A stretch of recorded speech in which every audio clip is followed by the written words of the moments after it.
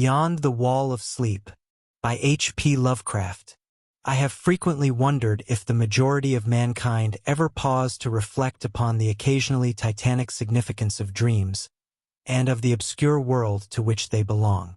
Whilst the greater number of our nocturnal visions are perhaps no more than faint and fantastic reflections of our waking experiences, Freud to the contrary with his puerile symbolism, there are still a certain remainder whose a mundane and ethereal character permits of no ordinary interpretation, and whose vaguely exciting and disquieting effect suggests possible minute glimpses into a sphere of mental existence no less important than physical life, yet separated from that life by an all but impassable barrier.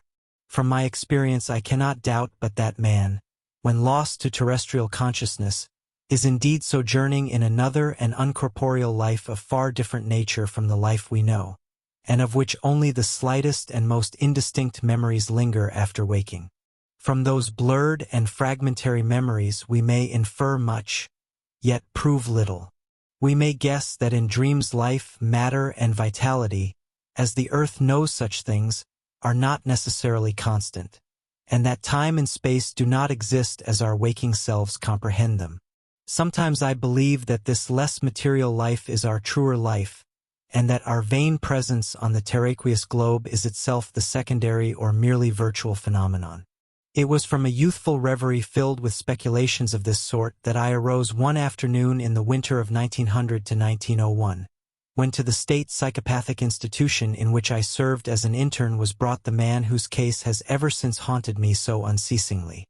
His name, as given on the records, was Joe Slater or Slater, and his appearance was that of the typical denizen of the Catskill Mountain region, one of those strange, repellent scions of a primitive colonial peasant stock whose isolation for nearly 3 centuries in the hilly fastnesses of a little-traveled countryside has caused them to sink to a kind of barbaric degeneracy, rather than advance with their more fortunately placed brethren of the thickly settled districts.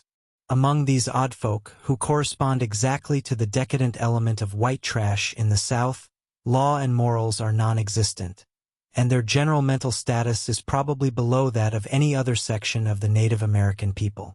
Joe Slater, who came to the institution in the vigilant custody of 4 state policemen, and who was described as a highly dangerous character, certainly presented no evidence of his perilous disposition when first I beheld him. Though well above the middle stature, and of somewhat brawny frame, he was given an absurd appearance of harmless stupidity by the pale, sleepy blueness of his small, watery eyes, the scantiness of his neglected and never-shaven growth of yellow beard, and the listless drooping of his heavy nether lip.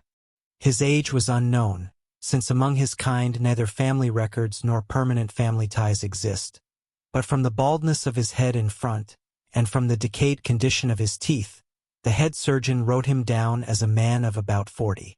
From the medical and court documents we learned all that could be gathered of his case.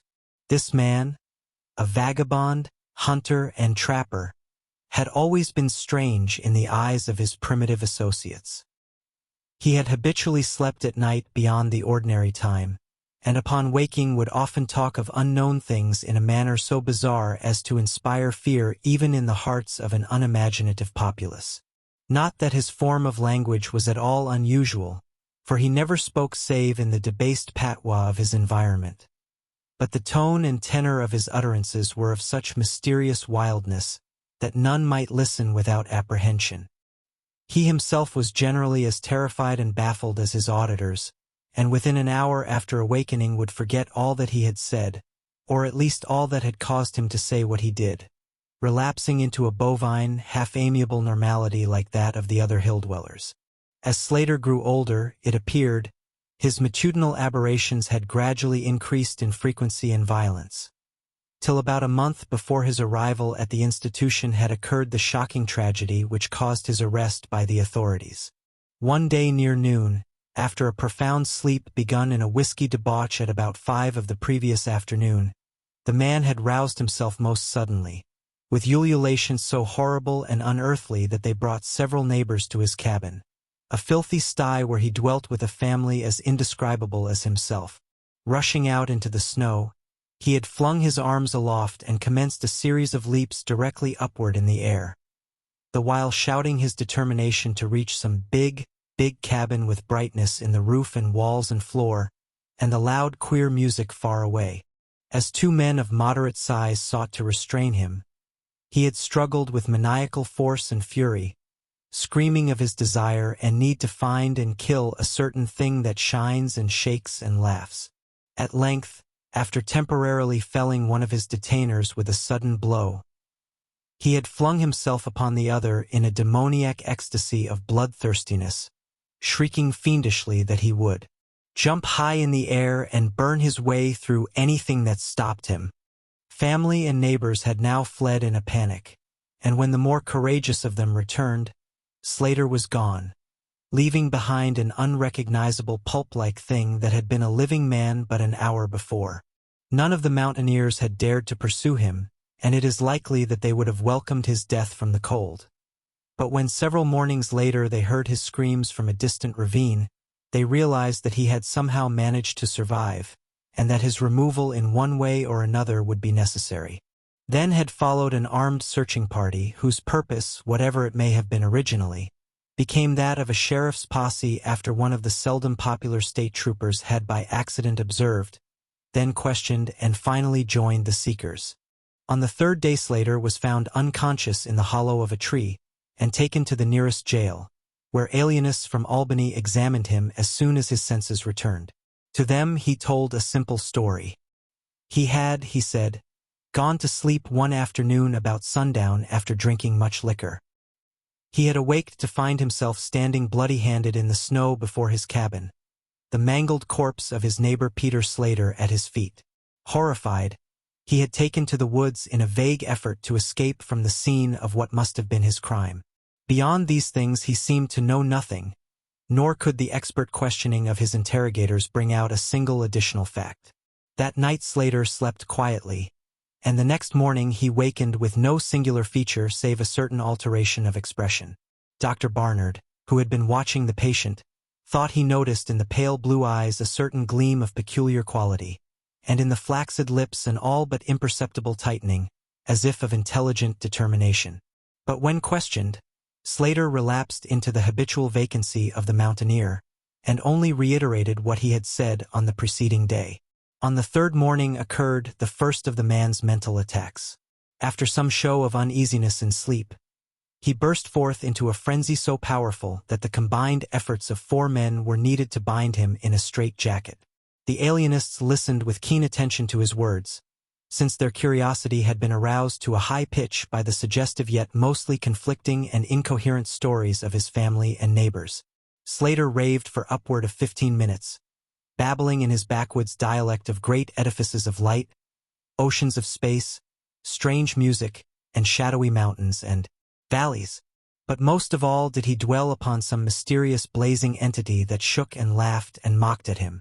This vast, vague personality seemed to have done him a terrible wrong, and to kill it in triumphant revenge was his paramount desire. In order to reach it, he said, he would soar through abysses of emptiness, burning every obstacle that stood in his way. Thus ran his discourse, until with the greatest suddenness he ceased. The fire of madness died from his eyes, and in dull wonder he looked at his questioners and asked why he was bound. Dr. Barnard unbuckled the leathern harness and did not restore it till night, when he succeeded in persuading Slater to don it of his own volition, for his own good. The man had now admitted that he sometimes talked queerly, though he knew not why. Within a week 2 more attacks appeared, but from them the doctors learned little.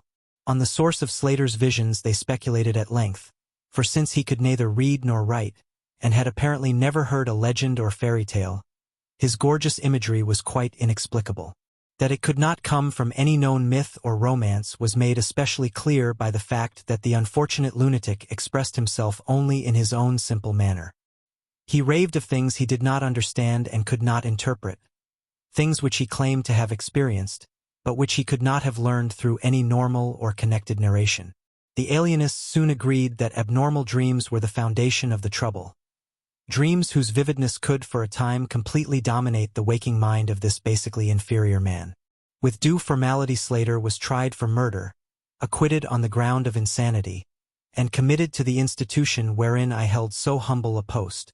I have said that I am a constant speculator concerning dream life, and from this you may judge of the eagerness with which I applied myself to the study of the new patient as soon as I had fully ascertained the facts of his case. He seemed to sense a certain friendliness in me, born no doubt of the interest I could not conceal, and the gentle manner in which I questioned him. Not that he ever recognized me during his attacks, when I hung breathlessly upon his chaotic but cosmic word pictures. But he knew me in his quiet hours, when he would sit by his barred window weaving baskets of straw and willow, and perhaps pining for the mountain freedom he could never enjoy again. His family never called to see him. Probably it had found another temporary head, after the manner of decadent mountain folk. By degrees I commenced to feel an overwhelming wonder at the mad and fantastic conceptions of Joe Slater. The man himself was pitiably inferior in mentality and language alike, but his glowing, titanic visions, though described in a barbarous and disjointed jargon, were assuredly things which only a superior or even exceptional brain could conceive. How, I often asked myself, could the stolid imagination of a Catskill degenerate conjure up sights whose very possession argued a lurking spark of genius? How could any backwoods dullard have gained so much as an idea of those glittering realms of supernal radiance and space about which Slater ranted in his furious delirium? More and more I inclined to the belief that in the pitiful personality who cringed before me lay the disordered nucleus of something beyond my comprehension. Something infinitely beyond the comprehension of my more experienced but less imaginative medical and scientific colleagues. And yet I could extract nothing definite from the man. The sum of all my investigation was that in a kind of semi-incorporeal dream life Slater wandered or floated through resplendent and prodigious valleys, meadows, gardens, cities, and palaces of light, in a region unbounded and unknown to man.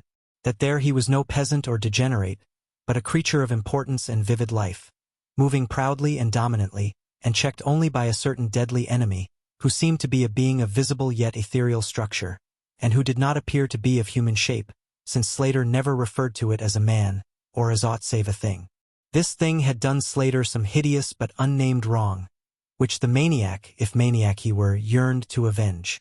From the manner in which Slater alluded to their dealings, I judged that he and the luminous thing had met on equal terms, that in his dream existence the man was himself a luminous thing of the same race as his enemy. This impression was sustained by his frequent references to flying through space and burning all that impeded his progress. Yet these conceptions were formulated in rustic words wholly inadequate to convey them, a circumstance which drove me to the conclusion that if a true dream world indeed existed, oral language was not its medium for the transmission of thought. Could it be that the dream soul inhabiting this inferior body was desperately struggling to speak things which the simple and halting tongue of dullness could not utter? Could it be that I was face to face with intellectual emanations which would explain the mystery if I could but learn to discover and read them? I did not tell the older physicians of these things, for middle age is skeptical, cynical, and disinclined to accept new ideas. Besides, the head of the institution had but lately warned me in his paternal way that I was overworking, that my mind needed a rest. It had long been my belief that human thought consists basically of atomic or molecular motion, convertible into ether waves of radiant energy like heat, light, and electricity.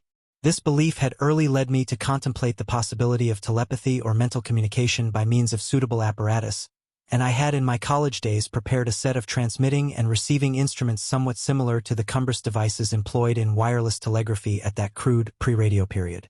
These I had tested with a fellow student, but achieving no result, had soon packed them away with other scientific odds and ends for possible future use. Now, in my intense desire to probe into the dream life of Joe Slater, I sought these instruments again, and spent several days in repairing them for action. When they were complete once more I missed no opportunity for their trial. At each outburst of Slater's violence, I would fit the transmitter to his forehead and the receiver to my own, constantly making delicate adjustments for various hypothetical wavelengths of intellectual energy. I had but little notion of how the thought impressions would, if successfully conveyed, arouse an intelligent response in my brain, but I felt certain that I could detect and interpret them. Accordingly, I continued my experiments, though informing no one of their nature. It was on the 21st of February, 1901, that the thing finally occurred. As I look back across the years, I realize how unreal it seems, and sometimes half wonder if old Dr. Fenton was not right when he charged it all to my excited imagination. I recall that he listened with great kindness and patience when I told him, but afterward gave me a nerve powder and arranged for the half-year's vacation on which I departed the next week. That fateful night I was wildly agitated and perturbed, for despite the excellent care he had received, Joe Slater was unmistakably dying. Perhaps it was his mountain freedom that he missed, or perhaps the turmoil in his brain had grown too acute for his rather sluggish physique. But at all events the flame of vitality flickered low in the decadent body. He was drowsy near the end, and as darkness fell he dropped off into a troubled sleep. I did not strap on the straight jacket as was customary when he slept, since I saw that he was too feeble to be dangerous, even if he woke in mental disorder once more before passing away. But I did place upon his head and mine the two ends of my cosmic radio, hoping against hope for a first and last message from the dream world in the brief time remaining. In the cell with us was one nurse, a mediocre fellow who did not understand the purpose of the apparatus, or think to inquire into my course. As the hours wore on I saw his head droop awkwardly in sleep, but I did not disturb him. I myself, lulled by the rhythmical breathing of the healthy and the dying man, must have nodded a little later. The sound of weird lyric melody was what aroused me. Chords, vibrations, and harmonic ecstasies echoed passionately on every hand, while on my ravished sight burst the stupendous spectacle of ultimate beauty. Walls, columns, and architraves of living fire blazed effulgently around the spot where I seemed to float in air, extending upward to an infinitely high vaulted dome of indescribable splendor. Blending with this display of palatial magnificence, or rather, supplanting it at times in kaleidoscopic rotation, were glimpses of wide plains and graceful valleys, high mountains and inviting grottos, covered with every lovely attribute of scenery which my delighted eye could conceive of, yet formed wholly of some glowing, ethereal, plastic entity, which in consistency partook as much of spirit as of matter. As I gazed, I perceived that my own brain held the key to these enchanting metamorphoses. For each vista which appeared to me was the one my changing mind most wished to behold. Amidst this Elysian realm I dwelt not as a stranger, for each sight and sound was familiar to me, just as it had been for uncounted eons of eternity before, and would be for like eternities to come. Then the resplendent aura of my brother of light drew near and held colloquy with me, soul to soul, with silent and perfect interchange of thought. The hour was one of approaching triumph, for was not my fellow being escaping at last from a degrading periodic bondage, escaping forever, and preparing to follow the accursed oppressor even unto the uttermost fields of ether, that upon it might be wrought a flaming cosmic vengeance which would shake the spheres? We floated thus for a little time, when I perceived a slight blurring and fading of the objects around us, as though some force were recalling me to earth, where I least wished to go. The form near me seemed to feel a change also, for it gradually brought its discourse toward a conclusion, and itself prepared to quit the scene, fading from my sight at a rate somewhat less rapid than that of the other objects. A few more thoughts were exchanged, and I knew that the luminous one and I were being recalled to bondage, though for my brother of light it would be the last time. The sorry planet shell being well nigh spent, in less than an hour my fellow would be free to pursue the oppressor along the Milky Way and past the hither stars to the very confines of infinity. A well-defined shock separates my final impression of the fading scene of light from my sudden and somewhat shamefaced awakening and straightening up in my chair as I saw the dying figure on the couch move hesitantly. Joe Slater was indeed awaking, though probably for the last time. As I looked more closely, I saw that in the sallow cheeks shone spots of color which had never before been present. The lips, too, seemed unusual, being tightly compressed, as if by the force of a stronger character than had been Slater's. The whole face finally began to grow tense, and the head turned restlessly with closed eyes. I did not arouse the sleeping nurse, but readjusted the slightly disarranged headbands of my telepathic radio, intent to catch any parting message the dreamer might have to deliver. All at once the head turned sharply in my direction and the eyes fell open, causing me to stare in blank amazement at what I beheld. The man who had been Joe Slater, the Catskill decadent, was now gazing at me with a pair of luminous, expanded eyes whose blue seemed subtly to have deepened. Neither mania nor degeneracy was visible in that gaze, and I felt beyond a doubt that I was viewing a face behind which lay an active mind of high order. At this juncture my brain became aware of a steady external influence operating upon it. I closed my eyes to concentrate my thoughts more profoundly, and was rewarded by the positive knowledge that my long-sought mental message had come at last.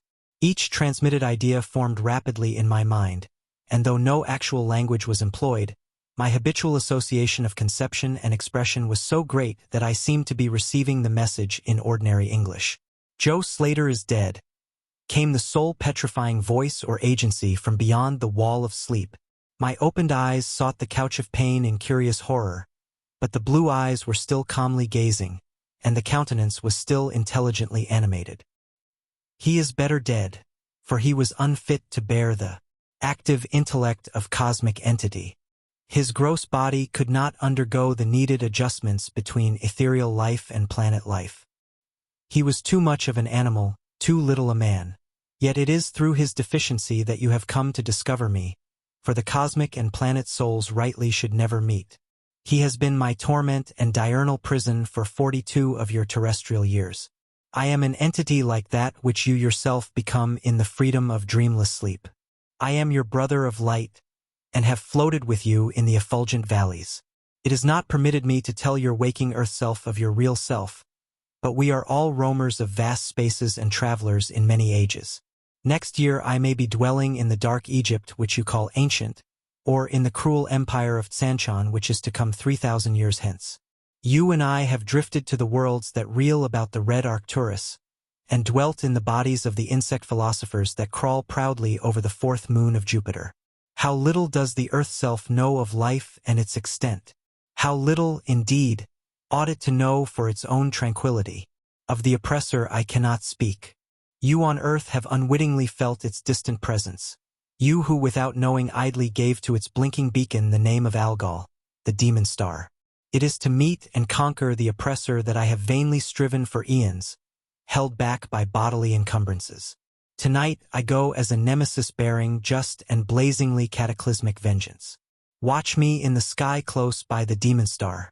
I cannot speak longer, for the body of Joe Slater grows cold and rigid, and the coarse brains are ceasing to vibrate as I wish. You have been my friend in the cosmos.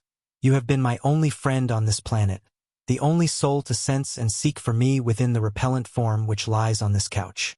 We shall meet again, perhaps in the shining mists of Orion's sword, perhaps on a bleak plateau in prehistoric Asia, perhaps in unremembered dreams tonight, perhaps in some other form an aeon hence, when the solar system shall have been swept away. At this point the thought waves abruptly ceased, and the pale eyes of the dreamer, or can I say dead man, commenced to glaze fishily. In a half-stupor I crossed over to the couch and felt of his wrist, but found it cold, stiff, and pulseless. The sallow cheeks paled again, and the thick lips fell open, disclosing the repulsively rotten fangs of the degenerate Joe Slater. I shivered, pulled a blanket over the hideous face, and awakened the nurse. Then I left the cell and went silently to my room. I had an insistent and unaccountable craving for a sleep whose dreams I should not remember. The climax? What plain tale of science can boast of such a rhetorical effect? I have merely set down certain things appealing to me as facts, allowing you to construe them as you will. As I have already admitted, my superior, old Dr. Fenton, denies the reality of everything I have related. He vows that I was broken down with nervous strain, and badly in need of the long vacation on full pay which he so generously gave me. He assures me on his professional honor that Joe Slater was but a low-grade paranoiac, whose fantastic notions must have come from the crude hereditary folktales which circulate in even the most decadent of communities. All this he tells me, yet I cannot forget what I saw in the sky on the night after Slater died. Lest you think me a biased witness, another's pen must add this final testimony, which may perhaps supply the climax you expect. I will quote the following account of the star Nova Persei verbatim from the pages of that eminent astronomical authority, Professor Garrett P. Service. On February 22, 1901, a marvelous new star was discovered by Dr. Anderson of Edinburgh, not very far from Algol. No star had been visible at that point before.